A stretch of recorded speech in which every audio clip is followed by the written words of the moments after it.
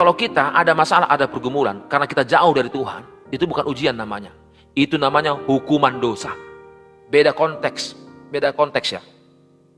Jangan kita berpikir nanti di luar Tuhan gak ada masalah. Banyak kok di luar Tuhan, banyak masalahnya, banyak pergumulannya.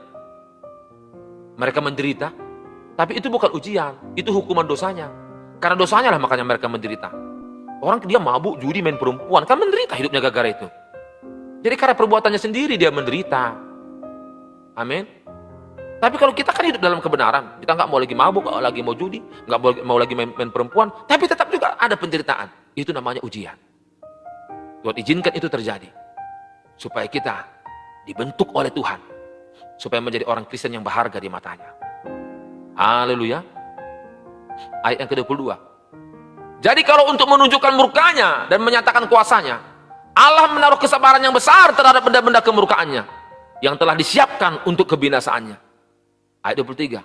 Justru untuk menyatakan kekayaan kemuliaannya atas benda-benda belas kasihannya yang telah dipersiapkannya untuk kemuliaannya, yaitu kita yang telah dipanggilnya bukan hanya dari antara orang-orang Yahudi, tetapi juga dari antara bangsa-bangsa lain.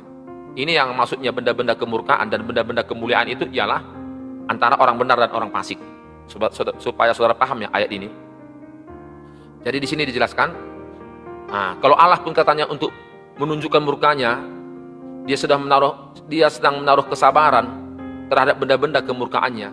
Bayangkan itu. Siapa itu benda-benda kemurkaannya? Itulah orang-orang berdosa. Sabar dia terhadap yang dimurkainya. Sabar dia. Tapi kalau nggak bertobat dibinasakan. Bayangkan. Apalagi katanya kita ini benda-benda belas kasihannya.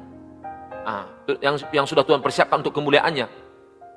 Yang sudah Tuhan panggil untuk diselamatkan. Haleluya. Jadi di bumi ini ada namanya benda kemurkaan, ada namanya benda belas kasihan. Kalau benda belas kasihan itulah orang yang bertobat, mendapatkan belas kasihan dari Tuhan. Tapi kalau namanya benda kemurkaan, inilah orang yang tidak mau bertobat sampai matinya. Jadi yang Tuhan inginkan kita itu cepat-cepat bertobat, supaya jangan dimurkai sama Tuhan. Haleluya.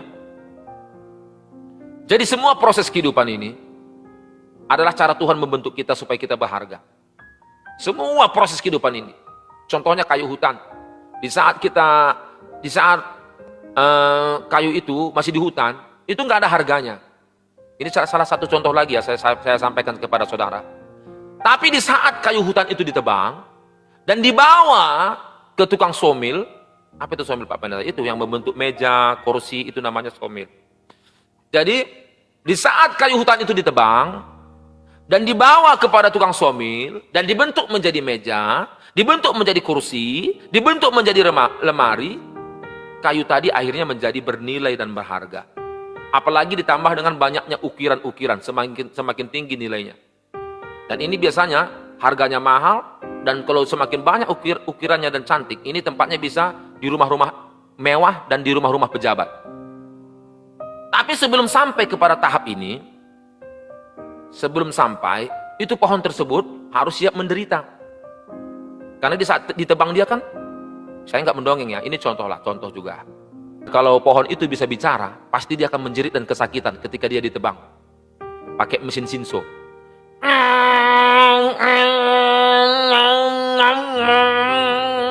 Apa kata pohon? Sakit, jangan ditebang saya sudah nyaman di hutan ini, jangan ditebang saya, sakit.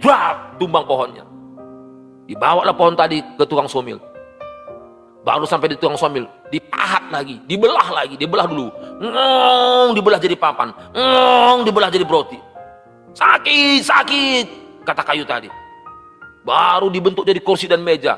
Pakpuk, dimartil, dipaku, puk. Baru diketam lagi. Sakit. Menjerit-jeritlah ini kayu. Tapi ketika dia sudah menjadi meja yang cantik, kursi yang cantik, yang penuh dengan ukiran, dan akhirnya dijual di pasaran, dan dibelilah sama orang kaya dan pejabat, dan ditempatkanlah dia di ruangan yang paling mewah, karena mungkin dia itu kayu yang mahal, kayu jati, ataupun kayu-kayu yang bernilai harganya. Apa kata kayu itu? Wow, gak bisa lagi berkata-kata, hanya bilang wow aja. Seandainya aku belum dibentuk, masih di hutan tempatku sampai saat ini. Setelah saya dibentuk, Awalnya saya nggak terima ketika ditebang. Tapi setelah saya ditebang dan dibentuk dan menjadi meja yang berharga, rupanya tempatku di istana presiden. Wow, katakan amin. Haleluya. Kayu tadi tempatnya di istana presiden. Karena dia sudah menjadi meja yang indah.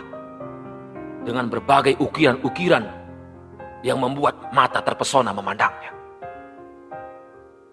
Haleluya. Itulah fungsinya kenapa kita perlu dibentuk sama Tuhan. Karena Tuhan ingin kita ini, nilai kita bertambah. Tuhan ingin membuat kita menjadi orang Kristen yang berharga. Dan Tuhan ingin ditempatkan, karena Tuhan ingin menempatkan kita di tempat yang luar biasa. Yaitu di surga. Hanya orang yang sudah dibentuk menjadi manusia yang bernilai dan berharga, yang akan Tuhan tempatkan di dalam kerajaan surga. Kalau kita nggak mau dibentuk sama Tuhan, tempat kita otomatis di tempat yang nggak bernilai dan berharga. Di mana itu Pak Pendeta? Di neraka. Haleluya. Memang awalnya sakit dibentuk, tapi akhirnya membawa kebahagiaan. Termasuk saudara dan saya, awalnya sakit saat dibentuk sama Tuhan. Tapi bagi yang bisa melewati proses pembentukan itu, hidupnya akan dipulihkan Tuhan. Hidupnya akan Tuhan berikan masa depan penuh harapan.